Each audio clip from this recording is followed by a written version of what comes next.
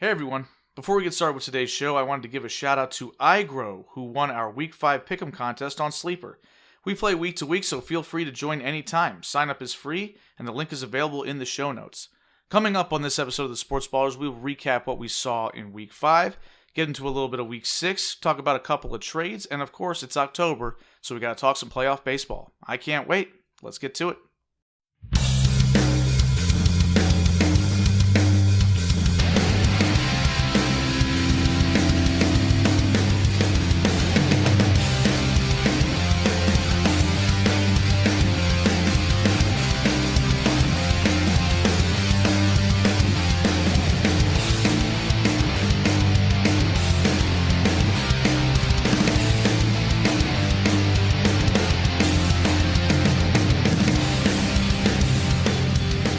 Ladies and gentlemen, welcome to the latest edition of the Sports Ballers podcast. My name is Eric Meyer. I'm joined by Corey Puffett and Evan Ash. As always, fellas, how are we feeling today? I'm doing pretty well. I finally got my first win of the fantasy football season, so I'm happy about fantasy really? again. Nice. I mean, my other two leagues have been doing pretty well, but the one that actually matters, the one I care about, I was 0-4. Yeah. Oh. Okay. Finally got a win thanks to Stephon Diggs scoring 21 points, which was like 1.5 more than what I needed to come back on Sunday night. So Yeah, he kind of popped off. We'll definitely talk about that game. Yeah. But both of y'all are now off the schneid. Evan got his first win last week, I believe. So, Oh yeah, I did. So y'all are both, we're both 1-4. So y'all are both like the Ravens Yeah. and the Saints, but Woeful. not the Lions. I'm like And the also, Lions. and also better than the Jets at least. Yes, that's true. You know, you got to be better than somebody. Got that Yeah. going for us, which is nice. Yeah, no, I'm like your Lions, Corey. I'm 4-1, although Mhm. my team is not nearly as not. But that's a topic for another time. Let's get into actual football because I don't think anybody wants to hear about our dumb fantasy league. Let's talk first things first. Last night's football game, Chiefs-Jags, Monday Night Football. Jaguars were down 14-0 at one point in this game, and the score was tied 14-14. I went away because I figured, okay, it's first and goal. Mahomes and the Chiefs are going to score. I go to take a shower. I come back out. It's 21-14, Jaguars. And I'm like, wait a second. Did Patrick Mahomes throw a pick six? And sure enough, Patrick Mahomes threw a terrible pick six. A 99-yard pick 99 six. all yards. the way to the paint. And of course, then I'm like, okay, sweet. Maybe the Jags can pull this off. They get a stop on the next drive, and then Trevor Lawrence throws a pick right back. And of I'm like, course. oh, here we go. So the Chiefs subsequently tied the game at that point. Went a little bit back and forth, and then we finally got to see the dumbest, greatest game-winning touchdown maybe of my life. Did you happen to see this, Evan? The Trevor Lawrence stumble? Stumble. I and then- saw the clip. I didn't watch it live. I went to bed early on this game because it seemed like some Chiefs slurpage and coronation was going on. Like they were handpicked to crush this little team, on Monday Night Football. So I'm like, you know what, I need to get some sleep. But then I apparently, like you said, Mahomes threw a pick six, and the Chiefs, essentially blew the game. Trevor Lawrence, he's kind of a mess.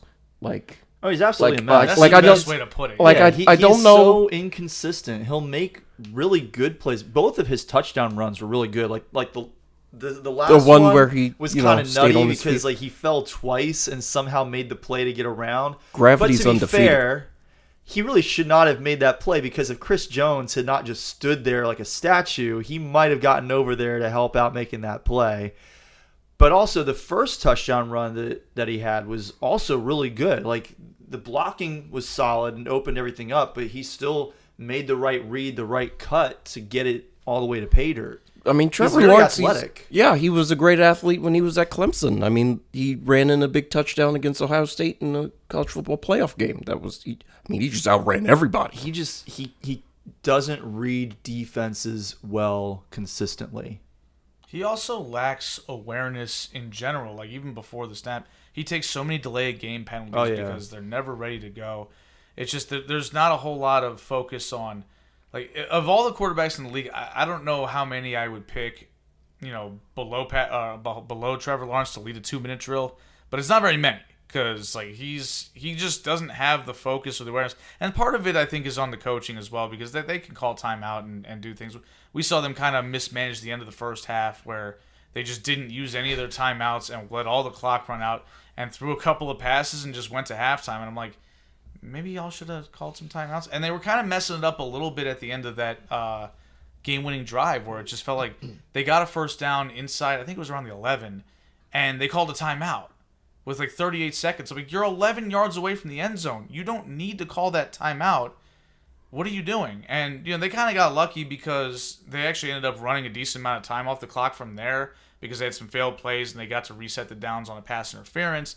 But it was just kind of stuff like that where I'm like, they're not quite buttoned up mentally, I think. And I think part of that is Trevor Lawrence. But you also saw all the reasons why he was considered one of the best prospects in a couple of decades. The athleticism is all there. And the arm strength is there. And you saw him make some absolute incredible throws, like high-level elite throws that you only see from the best quarterbacks in the league. And then you also saw him do some boneheaded things and just you didn't seem to trust him. But hey, they pulled it out, and they're 4-1. They pulled it out, and Travis Hunter made a couple of really impressive catches. That one where he had to like kind of go up over the top, and some like I couldn't believe that he actually held onto the ball because the way that it hit his hands, like it did not lend itself to being quickly secured as a catch, and somehow he held onto the ball through two defenders making contact almost simultaneously with the ball. Yeah, Brian Thomas Jr. had a decent game as well. That was good to see for my fantasy team and for the Jaguars because he's supposed to be. He their finally got some targets where he was not like draped by a defender and had to worry about having his head taken off. That's helpful. So a good win for the Jags, an unexpected win. I think most people would see the Jags hosting the Chiefs on Monday Night Football and think, kind of like Evan said, this is the Chiefs are back game, right? Like they got to 2-2 after thumping the Ravens last week. And here they're going to come into Jacksonville and get to 3-2 and be tied for first place in their division because the Chargers have hit a wall. They've had a million injuries. They lost Amarian Hampton to IR this week, as well as another offensive lineman. They're down Joe Alt as well, and Rashawn Slater got hurt in training camp, so they're kind of drawing dead. And then you got the Broncos, who we'll talk about soon, like literally after we talk about the Chiefs a little more. But then the Chiefs blow this game, and now they're facing Detroit, and that's a rough one for them because they still have one more without Rashee Rice. It is. I will say, though, I would have felt a lot better about that game if the Chiefs had won the game against the Jaguars because now like they probably are going to be a little more focused this week after losing this game to the Jaguars, a team that, yes, is 4-1, but that we all look at as kind of fraudulent, as far as having that good of a record this early in the season. But I still had to mess with one of my students today because he's a huge Chiefs fan. Last week they beat the Ravens. He's like, "We're back, we're back." I'm like, y'all beat the Ravens. Like, calm down. I'm not even excited about our win against the Ravens anymore. But so this morning I see him and I'm like, "Oh, what happened today?" He's like, "I don't want to talk about it." I was like, Yes, you do. I was like, "Who was the running back that beat you guys?" Like, I don't know. It's like, his name is Travis Etienne. What do you think is going to happen when you face Jahmyr Gibbs and David Montgomery next week? He's like, "Oh, we're going to shut him down." And he said it in a way that like he knew that he's just trying to like defend his team, which I appreciated, but I had to give him some grief. Yeah, that's totally fair. So. Give him some more grief tomorrow. That doesn't sound like that's enough. Yeah, so the Chiefs and the Lions square off next week. I think that's the Sunday night game. I assume that's it is the Sunday night game. Yeah, and the Lions are rolling, so that's going to be a tough one for Kansas City. Of course, it's at Arrowhead. Yeah, it's at Arrowhead again. The Chiefs are coming off a loss that I would consider a bad-ish loss. It's a bad loss. They blew the game. And I mean that's even putting aside how you feel about who the Jaguars are. This was the first time that the Chiefs have lost a game with Patrick Mahomes where they were leading by 14 points in the second half. Yeah, and it hasn't happened often. Like, these are the games that the Chiefs always find a way to win, and this time didn't quite go their way. And the last comment on this game before we move on, and it's kind of a petty one. I'm not going to lie. I was just a little disappointed in Patrick on that Hail Mary. Like, he didn't. It wasn't even close to reaching the end zone. I did not expect He used to have the arm strength to make that throw. Yeah, I didn't expect it to get all the way to the goal line. I thought it would be closer than outside the 10. Yes. Oh my goodness. Yeah. It was like, and he was throwing it from the 20, so he did chuck it pretty far. Sure, but he has shown the arm strength to throw the ball 80 yards downfield before. He showed it in his pro day. They tried an 80-yard Hail Mary. Yeah, they didn't have a choice. The ball was at the 23-yard line. They had 3 I mean, I guess they seconds could have tried some pitchy woo-woo. Yeah. They had a choice, I suppose, but... Yeah, they chose instead to use the arm talent of Patrick Mahomes. And I'm just thinking, I was like, you know what? Maybe we need to slow down on... I'm not saying Patrick Mahomes isn't great. I'm not saying he still has a case to be the best quarterback in the league. He is still immensely talented. He can do things that other people still cannot do. I mean, the jump throw that he made early in the game last night that was cool. Was impressive. I mean, that the amount of body control it takes to make that throw as accurately as he did, that's what made Patrick Mahomes who he was from the jump as soon as he took over as the starting quarterback in Kansas City. And so, of course, the funny highlight that I saw in comparison to Mahomes' kind of unimpressive Hail Mary chuck was Jacob Eason. It was Baker Mayfield against the Ravens a few years ago. It was a contrasting throw where Baker was throwing from the 40, and he accidentally threw it out the back of the end zone because he threw it too far. The ball flew 75 yards on the fly, and it was like Baker could have probably thrown another 10 if he wanted to. It was insane. And Baker had a great throw. We'll talk about that game as well, too. Yeah. Abuke, where he threw it like 64 yards on the fly with no crow hop, just stepping up and cutting it loose. So, Patrick Mahomes as the best arm talent of all time is not really looking like that right now. Yeah, he's not as young as he used to be either, right? He's been in the league a while. Being able to throw the ball far is not something that typically goes this early. Like he's still 30. relatively young. He's 30. Especially for quarterbacks today, where we got quarterbacks who are playing into their 40s. Like 80-yard Hail Mary. He's a baby still. Have you seen Matt Stafford sling it? He's 37. He's got like 6 problems with his back all I at guarantee you that Matthew Stafford could have made the throw to the exact same spot on the field that Patrick Mahomes did last night. I agree. 100%. Like, is he making it to the end zone? No. But neither did Patrick Mahomes. Not even close. But anyway, that was one small part of the game. The rest of it was just kind of a mess for the Chiefs. Kind of a weird game for them. They'll try to get back on track against Detroit next week. Meanwhile, we had an interesting Thursday night game as well. And I know that's 5 whole days ago, if you can rack your brain to remember. But the 49ers and the Rams squared off in SoFi, which meant this was a massive home field advantage for the 49ers. But no Brock Purdy. Yes. Mm-hmm. No George Kittle. Mm-hmm. No Brandon Jawan Ayuk. Jennings. No Brandon Ayuk, Ayuk. Did Pearsall play in this game? No Pearsall. Nope. They had They had basically nobody except for Christian McCaffrey and Mac and Cheese Jones. Mac and Cheese Robinson Jones played well too, and there was another receiver that Brian Robinson? No, not Brian Robinson. Is DeMarcus Robinson? Yes, 49er? he's a 49er. Okay. Yeah. I didn't even He was kind of Mac Jones' almost go-to guy, security. I mean, they had to find people, and then Jake Tongs, is it? Yeah. Tonjes. Tonjes. The backup tight end. Like Was it he's been Tonjes playing Amungus or decently. something? I don't know. He's been playing decently in Kittle's stead, but how the Rams lost that game, how the Rams even let that game be close, I have no explanation for. How they fumbled lost the ball. game That's how. is absolutely. They should have been able to fumble the ball 5 times and still win by double digits against that 49ers team, those players. But Bunch of randos. I think this speaks to how good of a coach I still think that Kyle Shanahan is, and certainly how good of a system he has put in place in San Francisco. Because you can dig up old videos of people talking about, if Mac Jones was on a team other than the Patriots, he would be good anyway. I don't buy it. Mac Jones is not good. But in that system, just about any quarterback can be successful as long as they buy into the system. And good on Mac Jones for buying into the system. I think that the best way to put it for the 49ers is you don't have to be a good quarterback. You just have to be like starting caliber. And I think Mac Jones is a low-end starting caliber quarterback in the NFL. Like he's not a good quarterback. I wouldn't even say he's a mediocre starting quarterback. He's on the bottom end, but he showed some ability his rookie year with the Patriots.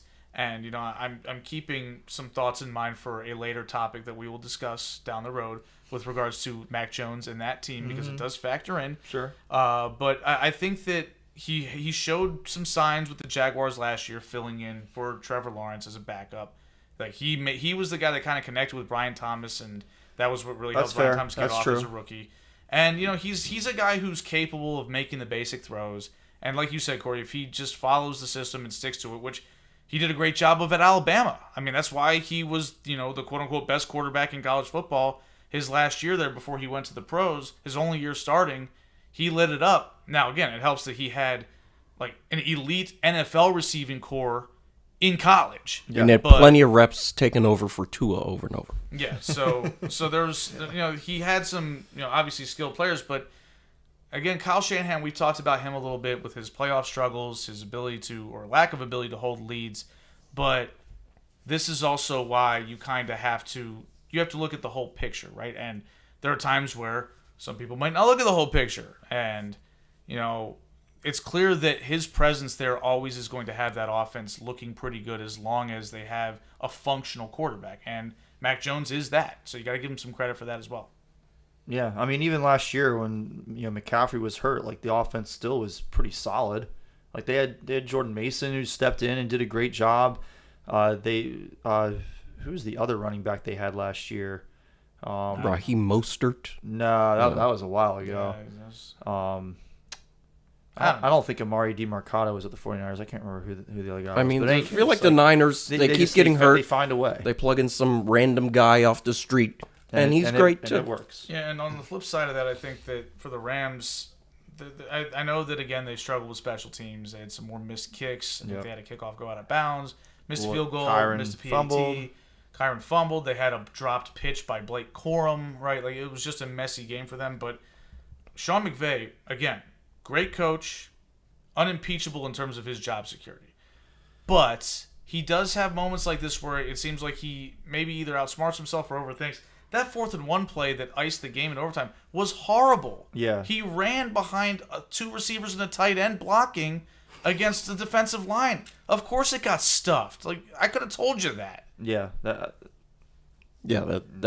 I have no. Like I said, I have no. You words. got to think players, I have not no plays. explanation for why they lost that game. They screwed up. Why they didn't win that game by They double didn't digits. deserve to win. And I feel a little bad for Matthew Stafford because he was slinging it all night. Yeah, he had a good game. balling. Puka had a good night. Like, he had like 389 passing yards. He was dominating, and it didn't matter. So the Rams are now 3-2 after 2 kind of games they gave away. They gave away the Eagles game, and they kind of gave this one away too. If they could give away one more, that would be great. I think this is a get-right week for them, to be honest. Yeah, it is. Notice. I think every week against Baltimore right now is a get right week for whatever. They are not on the topic list today for good reason. Yeah, once Lamar is back, then we can talk about whether the Ravens can claw their way back into the mix. But they're still favored to win the AFC. They are. I saw that, which. I get it. Yeah. But at the same time, it's getting late early, so 1-4.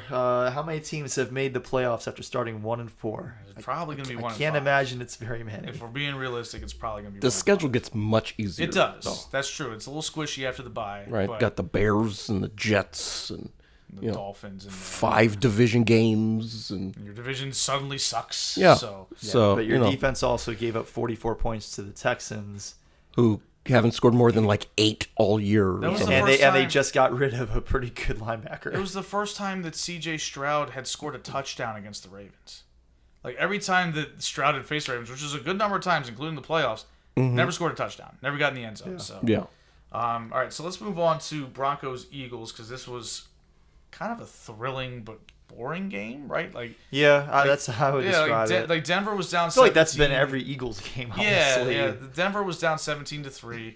They rallied to come back and took the lead 18-17. They went for 2 after making it 17-16 on a touchdown to take a 1-point lead and eventually kicked a field goal for a little bit of insurance and ended up winning the game 21-17. But the Eagles decided this week that they were going to air it out because I guess they heard a lot of criticisms about how their offense is not dynamic enough down the field despite the fact that you've got A.J. Brown and Devontae Smith on your team. And it didn't work. Like, the Eagles' offense was terrible. Jalen Hurts was brutal. A.J. Brown and Jalen Hurts still couldn't get on the same page. There was an overthrow where Hurts was looking for Brown downfield. Looked like maybe Brown stopped on his route a little early and then suddenly was 2 steps behind the ball. And it was just a messy game from them. And I've got real concerns. This Eagles team is giving me 2023 vibes right now. Like it really is. Like they resemble that team where they started off winning a bunch of games, but they don't look like a team that is ready to repeat as a Super Bowl champion. Not at all. No. And they still have time, and the benefit for them is that it's not getting late early because they're 4-1.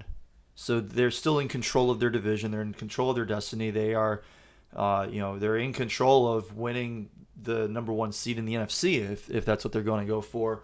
But yeah, they're going to have to clean some things up because I haven't gotten a chance to really look through their whole schedule. But they still have to play Green Bay and Detroit down the road. They've got another game with Dallas, and their offense has been playing better. They have to play in Buffalo. They've got 2 games against Washington in the final 3 weeks of the season. Ooh. So, this is not going to be an easy road for them. They also have to play the Chargers in L.A. They got to play Minnesota in Minnesota. That could be an interesting game. So, they really need to take advantage of these next 3 weeks. They play the Giants, the Vikings, and the Giants again before their bye week. Oh. Okay. Well, I mean, if you're the Eagles, you got to win all 3 of those. Yeah, I would agree. I presume that they will, but again, they started off 10-1, and in 2023, and they fell apart. AJ Brown is getting more and more restless, understandably so, and I think that this is happening again, maybe because we like sort of contrasting them with the Lions, where you lose Ben Johnson, you lose Aaron Glenn, and you have one bad week and then you're right back to it. It doesn't seem like Sirianni has the same level of institutional control of his team to overcome losing Kellen Moore, who took the Saints job. We saw what happened when Shane Steichen left 2 years or 3 years ago for the Colts job. It seems like Sirianni is much more reliant on his coordinators being excellent in order for this team to continue to roll the way they're supposed to. And I just worry. I don't understand why the offense can't look better. We've seen them throw the ball well. They're not running the ball particularly well either. Saquon's not having as good of a year. I guess you could predict some regression there because of all the touches he had, and because chances are you're just not going to have that. I mean, he was legendary last year. Like, you can't realistically repeat that. But, yeah, so it's just like some of this might just be Super Bowl based regression. You lose some players and things like that. But the personalities of this team worry me about if this continues to sort of be, hey, we're winning games, but things could get out of control. Yeah. I agree with that. I think there's a lot of things to be concerned about right now with the Eagles, whereas you have some other NFC teams that are just looking really good, including my Lions, who have scored 30-plus points in 10 of their last 11 games, regular season or playoff games dating back to last year. Yeah, they're pretty good. So the Eagles definitely have to shape up if they want to compete in the NFC. But let's talk a little bit about Denver, because this was I feel like this was an impressive win. This was sort of I think you can give Sean Payton some credit here because he definitely outcoached Nick Sirianni in this game. And Bo Nix did what he had to do. Yes, Bo Nix has been a little bit disappointing to start this season based on how promising he looked, frankly, as a rookie last year. But he got the job done this week. Troy Franklin has been getting really involved this year, which is impressive because he was a complete non-factor last year as a rookie. I think he probably had less than 10 catches on the whole season. He was barely out there, and he's been good so far this year. Cortland Sutton has been looking good. J.K. Dobbins has been solid. Speaking of both of you guys, the guy you shipped away and the guy you got today. Thank you, Steven, for taking A.J. Brown off my hands. I really appreciate that. All right. And then the Broncos defense bounced back from a pretty rough outing the week before against Cincinnati, which was the Broncos still crushed Cincinnati, but the defense was not very much a part of that. Didn't the Bengals only score like 3 points in that game? Oh, well, they didn't do anything for me on fantasy. That's true. Yeah. Oh, okay. They were getting a bunch of stops. They just weren't getting. They weren't taking them to the house. They weren't getting sacks or turnovers. But yeah, it was. And of course, we know that the Bengals offense is in dire straits with Jake Browning. Like, he scored some garbage time points against the Lions this week. Yeah, it was ugly stuff. After the Vikings scored 39.99 fantasy points against the Bengals the week before, I expected to get more than like 3 points from the Broncos the week I was after. A little worried that she might put up a 30 spot and beat me, and it's just. But after at halftime, I was like, nah, I'm good.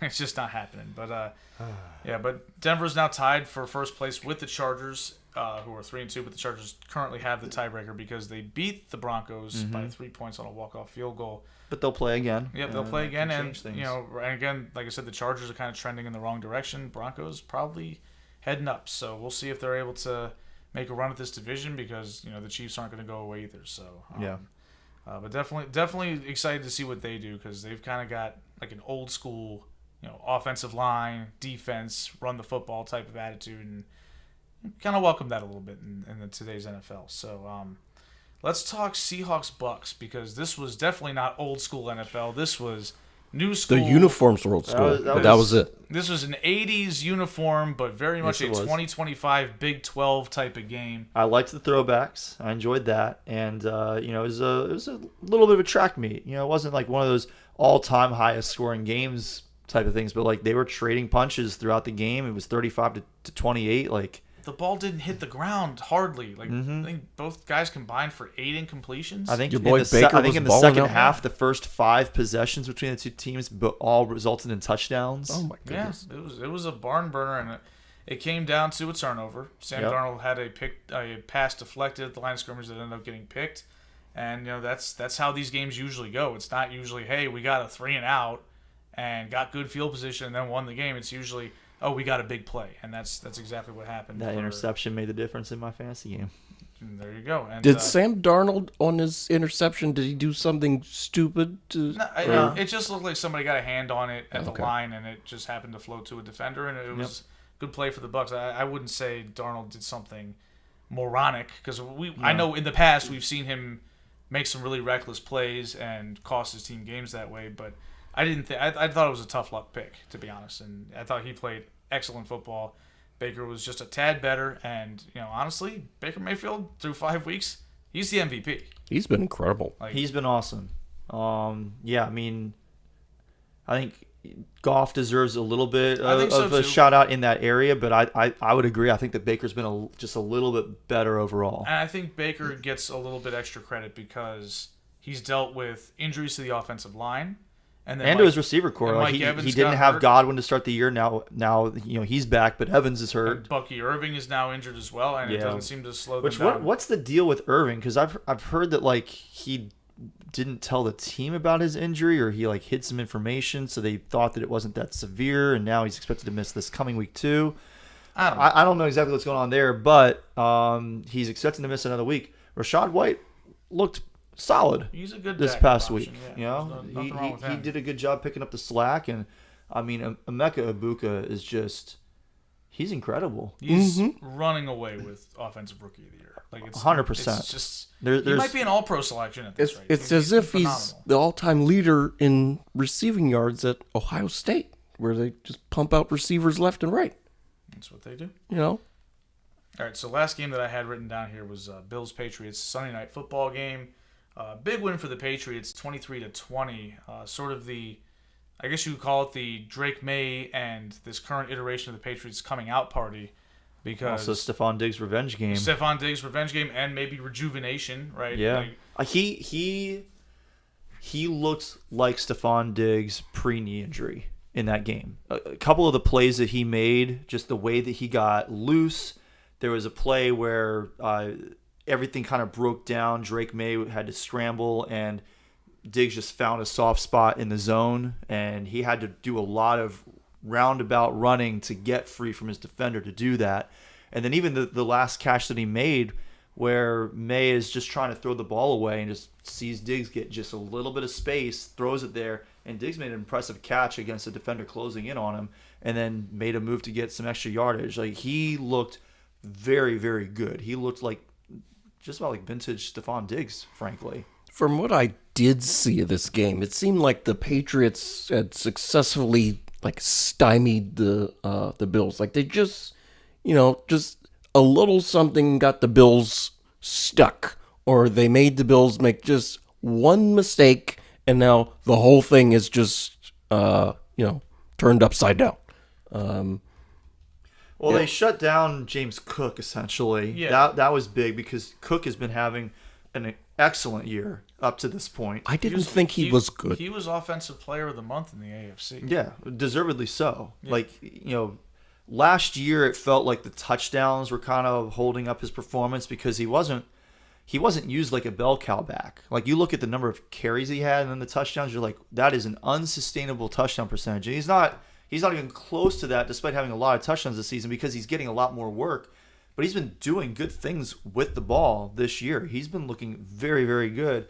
And yeah, the Patriots shut him down, which was huge. They contained Josh Allen. Like, Allen still had a solid game. He had his second most passing yards of the season at 253. And he even threw in 53 rushing yards, which was the second highest rushing total of the year. But they didn't let him make big plays in key moments. Yeah, and the major thing here also was the Bills' success has been so predicated the last year and change on not turning the ball over. Like, the skill position players for the Bills last year had 0 turnovers. They didn't cough up a single fumble. The only turnovers came by the hand of Josh Allen. Nobody else turned the ball over on the entire team. It's impossible to do that. And they continued that through this season up until this week. Keon Coleman had a fumble. They had a botched exchange in the first half as well.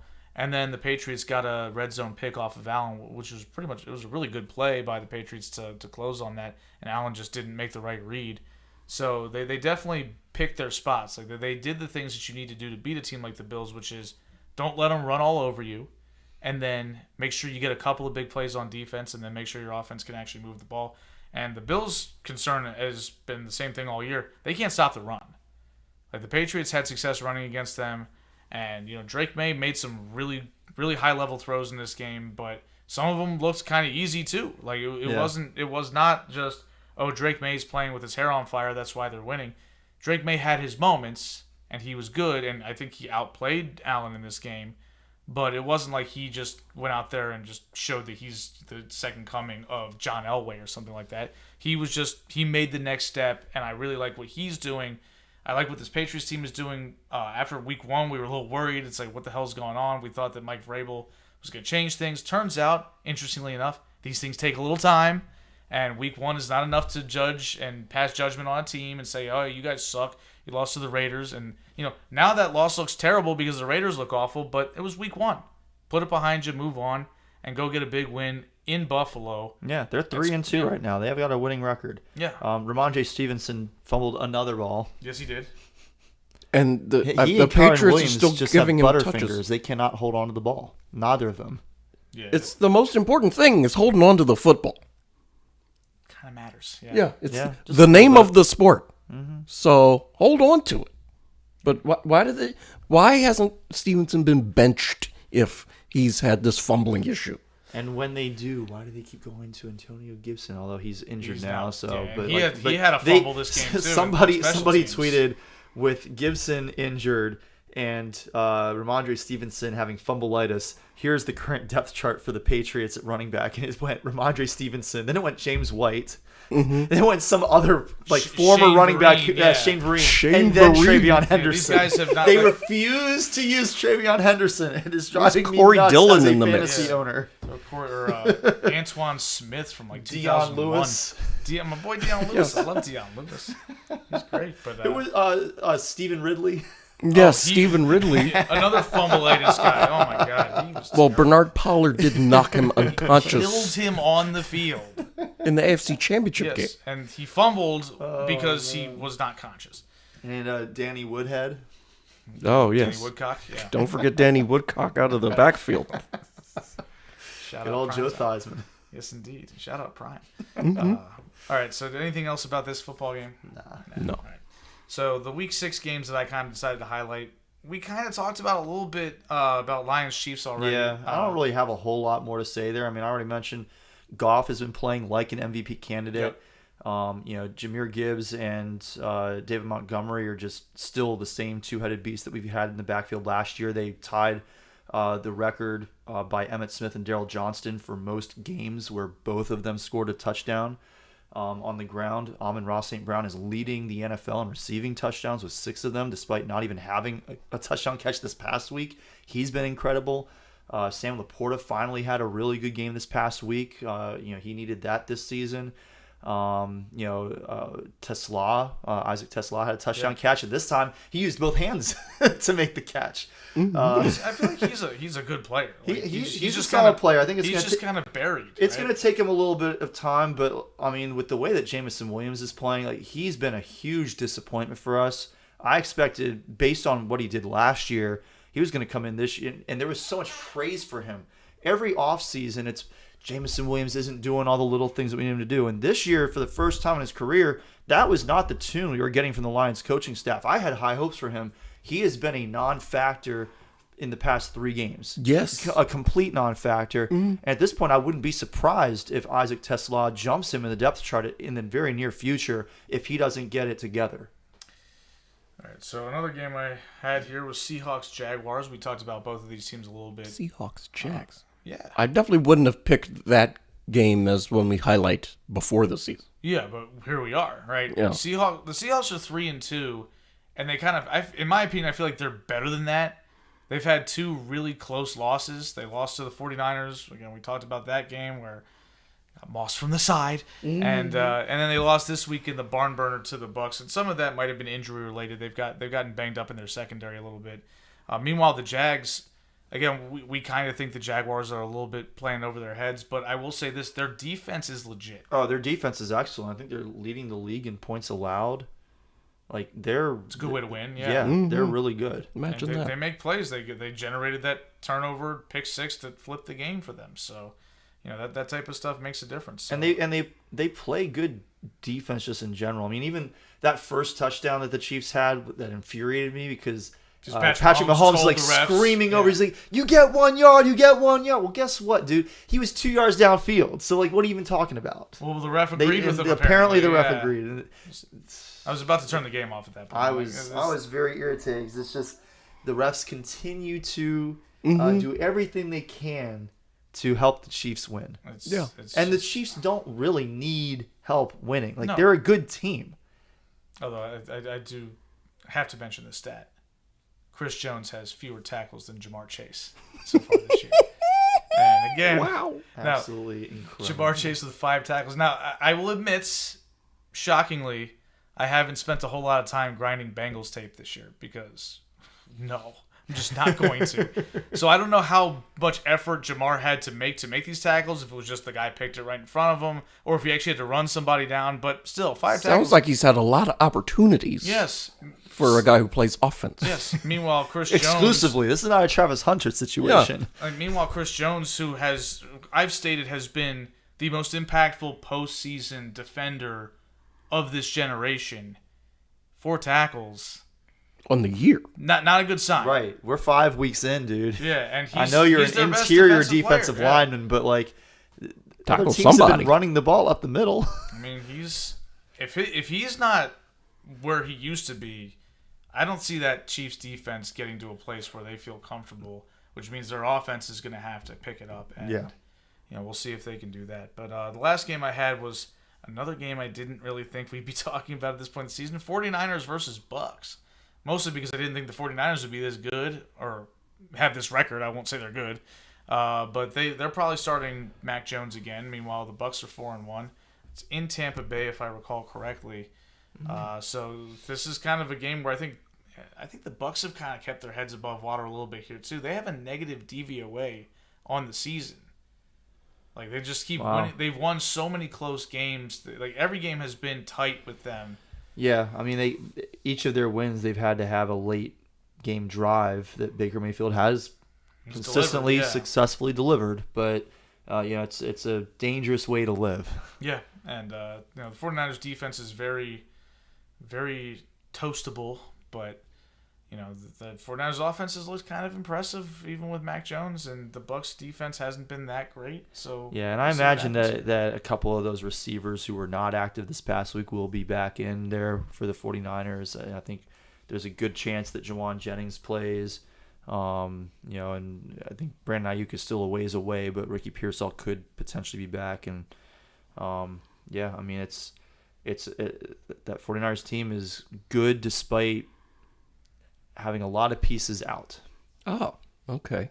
Imagine that. That's what they do. All right, so that's all I have for Week 6. So let's talk about a couple of trades that happened. I think one of them happened today. I think they both happened today, actually. Yeah, both this afternoon. Yeah, we had J.K. Dobbins for A.J. Brown. We had Jamar Chase for Jimmy Gibbs. Again, you're talking real NFL. I'm talking real football, Corey. This is about the league, not our league. The Cincinnati Bengals The one that opted doesn't to have a Pro Bowl. trade for Joe Flacco from the Cleveland Browns. I love it. I know you do because you just got Jamar Chase and you're hoping this. I think that this happened after I made that trade, right which after is it awesome. happened, Hooray for me because that definitely makes him more valuable. But I also just love this from the standpoint of this gives the Bengals a realistic opportunity to keep their head above water until Joe Burrow can potentially be back. Because I've been thinking Burrow's out for they're thinking about 3 months total from when he got hurt.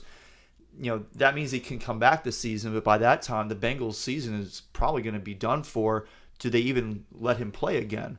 Mm-hmm. That's no fun if we don't get to see him play, but at the same time, you also can't understand a reason for them to put him back out there and risk another injury late in the season with nothing to play for. This gives them an opportunity to put him in a position where they are still in the playoff hunt, playing meaningful football, get him out there, and maybe we actually get to see Joe Burrow in the playoffs this year, which would be nice. I'm just happy for Joe Flacco. As y'all know, I'll always root for Joe Flacco. Super Bowl champion Joe Flacco. Yes, Super Bowl MVP. Yeah, that too. Exactly. And, just good for Joe. I mean, that's really about it. And what allowed this trade to take place, I think, is that Dylan Gabriel actually had a pretty solid game for the Browns this past weekend. He looked pretty good. I mean, the Browns for his first game as a rookie, he looked pretty good. Quinshon Judkins has been excellent for them. Like that Browns offense now is somewhat viable. They've had so Without many quarterbacks. One of them has to be good. So right, that's not true. I think that is one of the things that precipitated that trade. So good for Flacco, good for the Bengals. Mm-hmm. I hate to be a little bit of a Debbie Downer here on this one, but I don't know if I would wish 38-year-old statuesque Joe Flacco, good times in Cincinnati behind that offensive line. He's going to get hammered, and I don't know if this is going to make a huge difference for them. He was terrible with the Browns this year. Threw 2 touchdowns to 6 picks. Passer rating 60. He's bad. He was bad.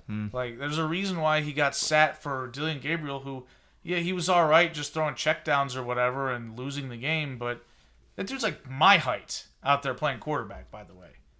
Like, he's going to be better than Jake Browning.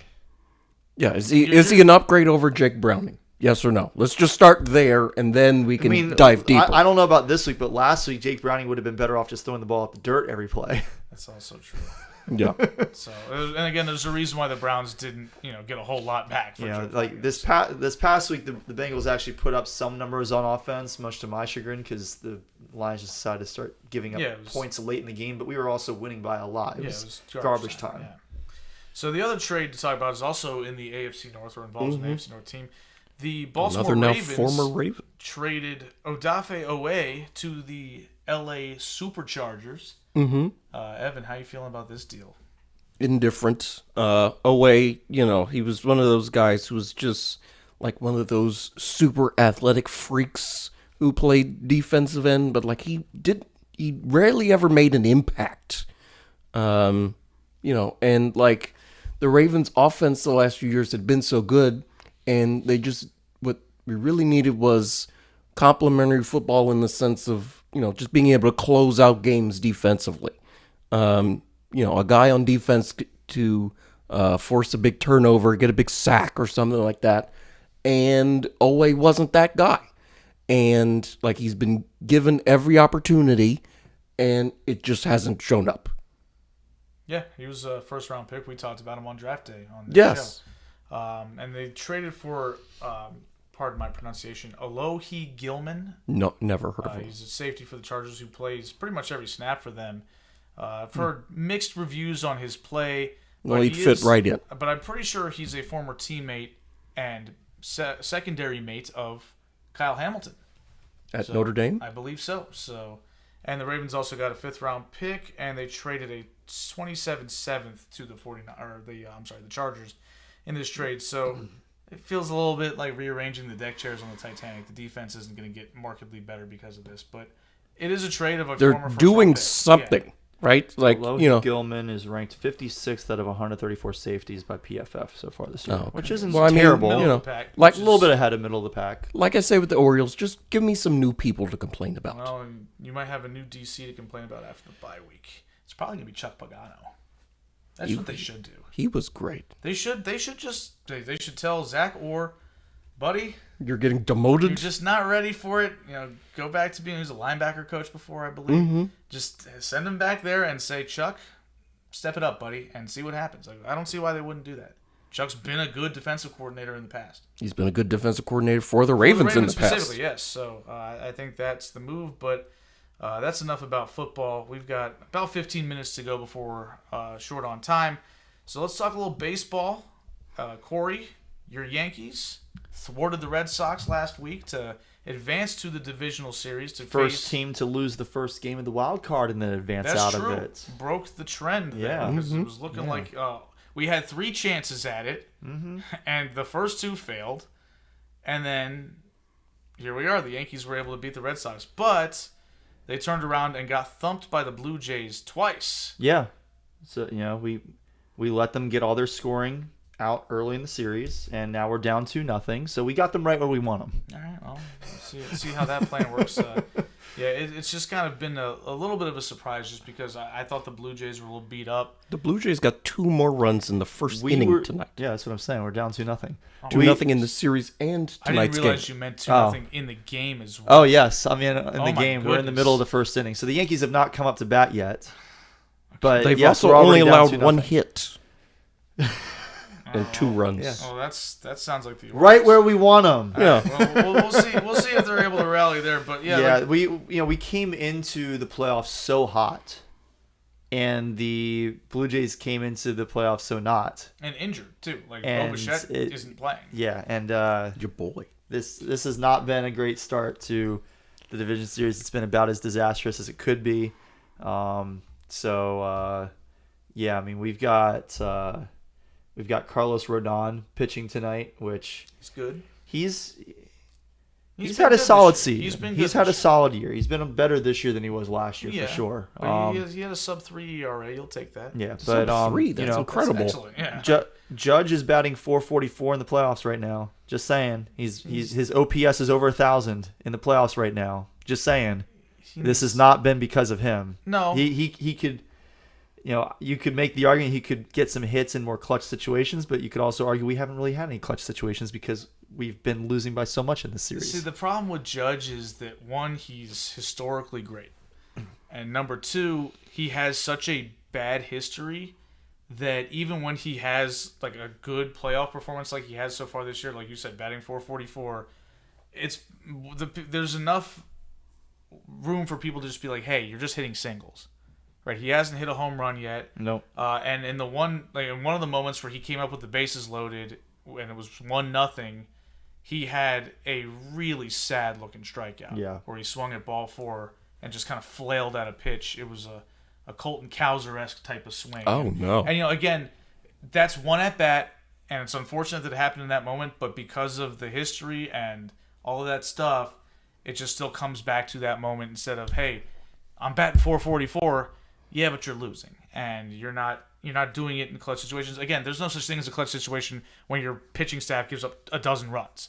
Yeah. But it's and again, it's unfortunate. It's just something that it's kind of how I feel about like Lamar Jackson when he has a big playoff game. It's like, yeah, but you got to do it against this team. Just to show how bad the Yankees pitching has been in this series, the Blue Jays have 5 players with OPSs over 1,000. 2 of them are over 2,000. 2,000. Vladimir Guerrero Jr. is batting 700 with an OPS of 2,236. He's cranked 3 home runs already. Yeah, including one He today. hit 1 tonight. So I think that might So be it's 4. it's then. 4. Yeah, he hit a home run after we walked a guy with 1 out. And he hit that magical grand slam yesterday. That was just like I was so jealous of Blue Jays fans and the fact that they got to experience something like that. Like Aaron again, Judge singles on a sharp line drive sweet. with 1 out. How many runs did that drive? 0. There's nobody on base. okay. All right, so the Yankees are looking like they're in trouble, but the series is not over. It's not over. It's not over. You know, we lost the first game of the wild card. We won 2 in a row to get it done. We could lose the first 2 of this and win 3 in a row. And then we could lose the first 3 of the ALCS and win 4 in a row. And then we could lose the first 3 in the World Series and win 4 in a row. Those things are not happening. I think it is possible. Well, the Yankees proved it was possible. It could happen. It did one time. To the Yankees, yes. Yes. I remember it quite well. All right, so let's talk about the other ALDS series. The Mariners and the Tigers are currently tied 1-1. ALDS series. The Mariners are up 2-0 in Game 3. Now, no, check that, 4-0. I'm sorry. They just, I guess somebody just hit a home run or something. But that's it's the middle of the 4th inning. Mariners are up 4-0. The Tigers are sort of an interesting story, and it kind of goes back to the Yankees Blue Jays series a little bit, where what you did in September, it don't matter. Like, it just matters that you got here. It's the post. And what you have when you're here. Because I think it really does matter. Like, the Tigers were choking the entire month of September. They blew that lead to Cleveland. 15 and a half And then games. they had to play Cleveland in the first round. But it didn't matter because it's like, hey, we're 0-0. Like, we're still alive, and everything's in front of us, like Aaron Boone loves to say. But we're 0-0. Like yesterday's game or a week ago's game doesn't matter. It did matter before because it was like, damn, if only we had won that game, we'd be up 2, or instead of we'd be up 1, or we'd be tied. Instead, now it's like, hey, we are where we are. Let's just play ball. And that worked for the Tigers. They won that series. They are competing in this series with the Mariners. And, you know, the Mariners are probably the best team in the American League, top to bottom. We talked about that when the playoffs started. But, you know, the Tigers were at one point looking like one of the best teams in all of baseball. And, you know, they're down 4-0 now, which means in all likelihood they'll be down 2-1 by the end of tonight. But they're competing. And that's not something we expected from them just based off how they finished, which just goes to show you that maybe how you finish doesn't really matter that much. No, I mean, I think that there have been enough situations throughout history where, like, it has bled over, but they were able to figure things out. And when you have a group of players who are strong mentally, that makes a difference. And I think that this is definitely showing that there's some mental fortitude going on in Chicago. Detroit, yes. Yeah, and another thing is Cleveland against them was beating them the same way with the same devil magic nonsense that got them there. Like kicking balls around or some weird stuff. Like Jose Ramirez somehow kicked a ball into the corner and got all the way to third base or something like that. Kicked it? Yeah, like the ball was thrown and it landed near the first baseman or something like that, and he somehow inadvertently booted it. Oh. And then it rolled into the corner and he got to third and he ended up scoring like the winning run in that game or something like that. It was just absurd. And then yet the Tigers held strong and they got through that. So let's bounce to the NL real quick. I guess we'll talk about Brewers-Cubs because that's the less interesting series, even though they're both 2-0 right now. Because the Brewers are a wagon, man. Mm-hmm. Like it's an absolute barn burner for them. Like every night they're just getting big home runs, big hits. They smoked the Cubs game 1. They fell down 3-0 on, I think Pete Crow Armstrong hit a 3-run homer. Corey's fist bumping because the Yankees just scored a run. Yep. Yeah. You know, I think the Brewers have earned the right to be favored to win the National League at this point. Like, I know the Dodgers have all the studs. All the money. And all the money and all that stuff, but the Brewers have, throughout the entire season, been dominant. If there's a team that I think has a great shot, not just a shot, not just a good shot, but a great shot of coming back from a 2-0 deficit, it's the Phillies. Which is why, like, I'm in agreement with you on the Brewers. Like, the Brewers are a wagon. The Brewers should win the National League because I'm not ready to say that they're going to be facing the Dodgers in the NLCS. That's obviously the most likely scenario because the Dodgers just have to win one of the next 3 games. But the Phillies could pull that off. The Phillies are a really strong team, too. So let's talk about the Phillies. Apparently they're in dire straits. They had a chance to rally and win game 2. Mm-hmm. And then what did they do? I don't know. They bunted. Yeah. Oh. Mm-hmm. Oh. No, if If you bunt, you deserve to lose. Please, Phillies, get eliminated. No bunts. No bunts ever. Bunts are dumb. You don't give up outs for free just because you feel like it. So the situation was, it was 4-0. It doesn't matter, the situation. I'm still going to explain the situation, Evan. It's 4-0. The Phillies get a run in the bottom of the 8th. And then they rally and score 2 runs in the bottom of the 9th. And then, so Castellanos hits a double to score the run to bring it within 1 run. And then Castellanos is standing on second base with no outs. And the Phillies bunt. And Castellanos gets thrown out at third base. What? Oh. On the bunt. Yeah. So, subsequently... So they gave up an out and a base. And they gave up the lead runner because the Dodgers jumped on it and threw Castellanos out at third base. And then they got a couple of hits after that, which would have driven Castellanos in had they just not bunted. So, oops. And then I wanted to point out, Freddie Freeman saved Tommy Edman's bacon on that last play. Ground ball to second base. Edman makes an unconscionably bad throw. Like, I don't understand how a professional baseball player could ever make such a horrible throw from second base. In between hop to the right of the first baseman, and Freeman somehow managed to backhand pick that thing and save the game because Castellanos would have scored, obviously, if the ball gets by him, and that would have continued the bottom of the 9th. Freeman just completely saved Edman's ass because that was horrifying. Yeah, that was an incredible play by Freeman. So, Dodgers up 2-0, got out of that madhouse with 2 wins, which is why I'm a little bit less optimistic that they can come back and win. That's fair. I'm just saying I think that the Phillies have a better shot than the I think they have a better shot than the Yankees. As much as it pains me to say, and I think they have a better shot than the Cubs, a way better shot than the Cubs. Yeah, I think the Cubs are easily the least likely. Well, the Cubs had their shot to catch the Brewers in the regular season. They couldn't do it, so yeah. I don't see why that's going to change. But Evan, do you have anything else about baseball? No. What was that? I was on that game day thing, an ad started playing. But all right, so fortunately that wasn't too loud, and now it's there again. Mm-hmm. I can't escape it. I cannot escape it. Like Cedric Mullins. Can't escape him. But, no. All right, so that does it for everything we've got on today's show. Shout outs before we get rolling. Evan, you go first. Shout out all our Buzz Bars fam. Nice seeing y'all on Friday and Saturday. Yeah, how was Stumble in the Woods or Wobble? It was great. I had a great time. I saw you went to Hershey as well. So you made like the little triangle run there. Or? Yeah, that's cool. Mm-hmm. Did everybody do that, or was that just you? Just me. All right, nice. Going back to Dorney anytime soon? No, I didn't think so. No. All right, so shout out to Buzz Bars, love them. Corey, what do you got? Shout out to, I guess my only shout out really is to Dan Lively for the Heights, who has stepped up to take over duties as the WCAC cross country commissioner this year, because I had not heard a thing from the league about championships, and we are less than 3 weeks away. So, the person who runs the cross country side of things, that each school's AD runs a sport, and Archbishop Carroll is supposed to do cross country.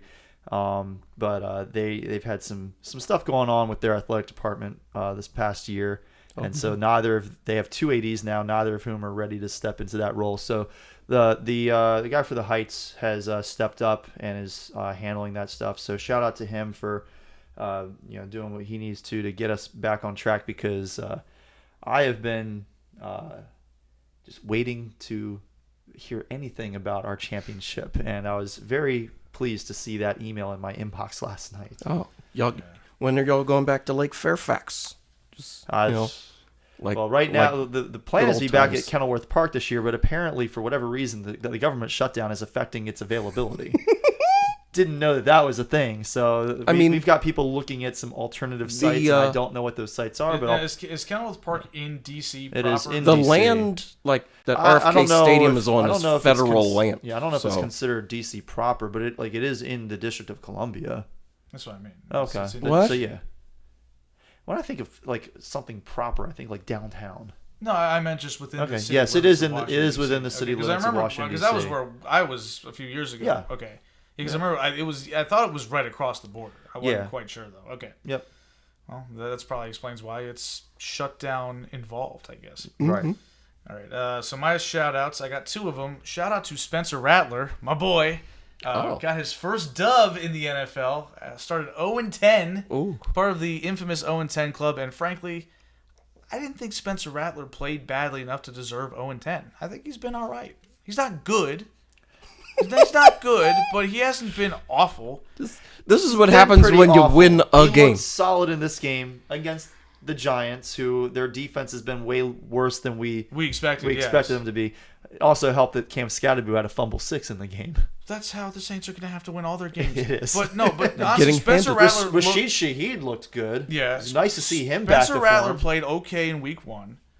He's played okay at times. Like he's played well enough to win at least a game, and I'm glad he finally got to win a game. He didn't end up going 0-15 or whoever holds the record for most losses without getting a win or something like that. He was not worthy of that. He's worthy of being a backup, and I don't want to see him be the starting quarterback for much longer. But at Where's least Tyler he got a W. Shuck? I like him less. You know how I feel about him and the team. He's almost as old as us. All right, so Maybe y'all can get Derek Carr to come out of retirement. how about no? How about you have me play quarterback, and then I'll just stop existing after Just a have while. Alvin Kamara play quarterback. Don't do that either. He needs to be Where's traded. Taysom Hill apparently I played? love Alvin Kamara, which is why he needs to be traded. That's a topic for another day. My second shout out is to the Podfather himself, Bill Simmons. Evan, I'm not sure if you listened to this week's guest. I Lines, haven't. but spoiler alert: Bill guessed exactly 10 out of the 15 games this week. On Guest the Wow. Lines, which is by far and away the best performance that he or Sal have ever had. He was absolutely nailing it. I don't know if he cheated or not. Probably. I don't know if I presume he didn't cheat, but The footballs were deflated. something like that. What is the game? They guessed the lines, the Vegas spread on the upcoming week's games on Sunday night of the previous week. So they guessed week 6's lines last night or Sunday night. Okay, and they're guessing like the opening line. Yeah, they're guessing Okay. what the line is. And Simmons, there's 15 games in week 6, and Simmons guessed 2.5 points, 10 wow. out of the 15, right on the money. It's impressive. So he had a good week, and also his Patriots won, so he's thrilled. His Red Sox did not though. So tough luck. I have another shout Aha. out. Shout out Georgia Tech football ranked number 13 in the AP poll. I don't want to talk about the Terps. All right. I thought they were winning. They were up did. 20-0 and they blew it. So at home. Anyway, So what team? Was it a good team? yeah, they're okay. Washington's actually that would have been a big win for the Terps actually, which is why it was so frustrating that they blew it. All right, let's get out of here. Thank you guys for tuning in. You can reach us at thesportsballers@gmail.com if you want to give us any feedback or have topic ideas. We'd love to hear from you, so give us a go there. You can also follow us on Twitter at SportsBallers18. You can follow us individually. Corey is at Corey Puffett. I am at Quagmire67. And Evan is at Evan_Ash13. You can get this podcast on Apple, YouTube. That's where we live stream. You can also get it on Spotify. And if you have a podcatcher that we're not on, let us know, and we will do our best to accommodate you. Next week, we'll be back with a little more playoff baseball action. We'll see who's eliminated and who's not. And we'll cover Week 6 and Week 7 and see if we have any other topics. But until then, take it easy.